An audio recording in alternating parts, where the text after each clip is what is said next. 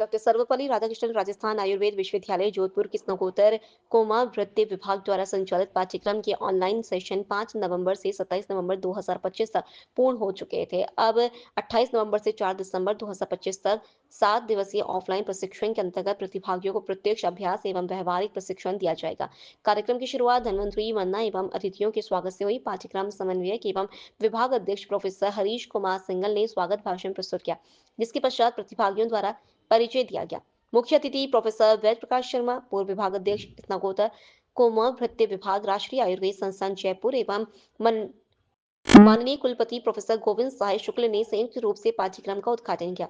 इस पाठ्यक्रम में हिमाचल प्रदेश, पश्चिम बंगाल, महाराष्ट्र, पंजाब, हरियाणा और राजस्थान सहित विभिन्न राज्यों के प्रतिभागी प्रशिक्षण प्राप्त कर रहे हैं। प्रथम सत्र में डॉक्टर मनीषा गोयल ने बालकों में इस शोधन के पश्चात संसर्जन क्रम की कल्पना, उसकी आवश्यकता और इसके वैज्ञानिक एवं पारंपरिक महत्व के बारे में विस्तार से जानकारी दी। Course coordinator doctor Dinesh Kumar Rai ने पाठ्यक्रम की रूपरेखा प्रस्तुत करते हुए बताया कि प्रतिभागियों को बाल पंचक्रम की व्यवहारिक विधियों का प्रशिक्षण संजीवनी आयुर्वेद चिकित्सालय के बाल पंचक्रम इकाई में दिया जाएगा।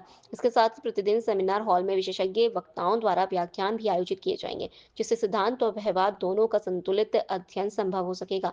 मुख्य वक्ता राष्ट्रीय आयुर्वेद संस्थान जयपुर के पूर्व प्रोफेसर वेद प्रकाश शर्मा ने अपने संबोधन में कहा कि बालकों में पंचक्रम करते समय विशेष सावधानियों की आवश्यकता होती है। कुछ विशिष्ट व्याधियों में पंचक्रम का उपयोग करते समय बालकों की शारीरिक संरचना, सहनशीलता और संभावित व्यापदों को समझना अत्यंत आवश्यक है। उन्होंने शास्त्रीय चिकित्सा योगों के उचित प्रयोग एवं पारंपरिक सिद्धांतों के अनुपालन पर विशेष बल दिया। थे क्योंकि पंचकर्म के द्वारा कुछ उपद्रव भी हो सकते हैं, मृत्यु तक भी हो सकती है। और आतुरालय भी उस समय विकसित रहे होंगे, परंतु बाद में आतुरालय सुलभ नहीं रहे जहाँ पर सुविधा मिल सके। और घर पर बैठ कर के पंचकर्म की चिकित्सा भी सुलभ नहीं होती, इसलिए प्रचलन इसका कम होता रहा। वर्तमान में कुछ समय पूर्व से जो भारत के दक्षिण प्रदेश है, वहाँ पंचकर्म का कुछ चलन रहा। और यह पंचकर्म का जो चलन रहा वो भी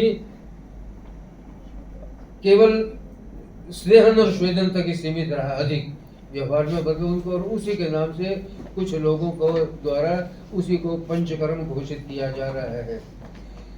अब आकर्षण वो पंचकर्म के लिए हो रहा है कि जैसे मैंने बताया कि पंचकर्म विशेषज्ञ वो राजा के द्वारा सम्मानित होते हैं, और राजा के द्वारा जो सम्मानित होने के कारण जीवक जो था वो भी पंचकर्म के कारण राजाओं से सम्मानित हुआ अनेक स्थानों पर जाकर के।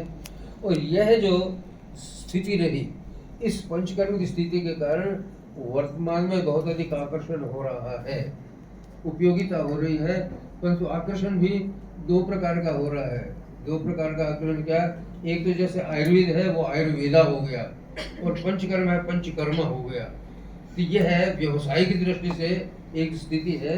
वास्तविकता शास्त्रों और आदि को देखें तो इसमें बहुत अधिक विचार करना इसमें आवश्यक होगा कि पंचकर्म कैसे विकसित किया जाए। लोकल से लेकर ग्लोबल तक की खबरों के लिए देखते रहिए सच्ची रिपोर्ट।